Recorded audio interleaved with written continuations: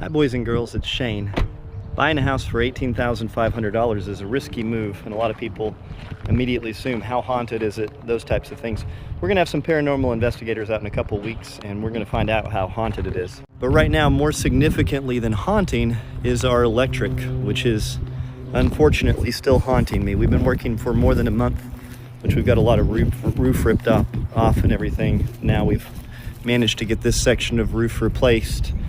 And this section is all sturdy now. I was really excited to see this. For those who don't understand, those connections there mean that the electrical company came out and hooked up the power coming down to the meter that then goes into this box. But then, today, I was very disappointed to find we had no power in the house. So still, more than a month in, and we don't have electricity coming through any of these cables going into the main panel. So I have to call the electric company again. OG&E, you are terrible and you should be ashamed of yourselves. This has been a month. So little delays like that are the kinds of things that scare people about getting into real estate investing. Here's the hole in the ground that I rickrolled everybody with in April. I just covered it with that to hopefully keep a cat from coming in. I don't need any more cats in my house right now. So people get afraid because of problems like that.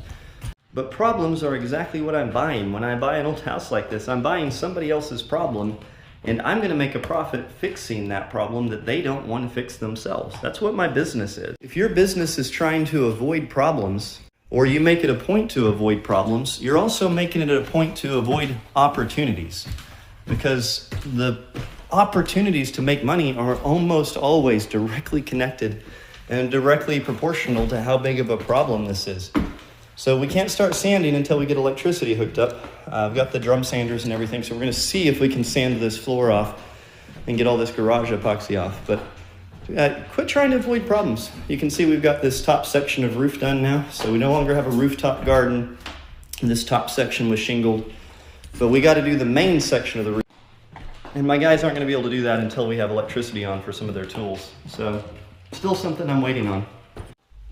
So the people I know that make the most money are the people I know that have the most problems. And whether we're talking about people that are in high office and political position, the amount of troubles some of those individuals face are huge. They're dealing with major problems with major consequences. And then I see people covetous of the amount of money and the power that those positions come with, but they're not willing just to take on some small problems like dealing with an electric company or dealing with a house that needs to have a floor fixed or a toilet unclogged. Some of those are deal breakers for people. Don't be afraid of problems, I guess, is what I'm saying. You should embrace problems when they're around, and I bet you'll find you get much more out of life.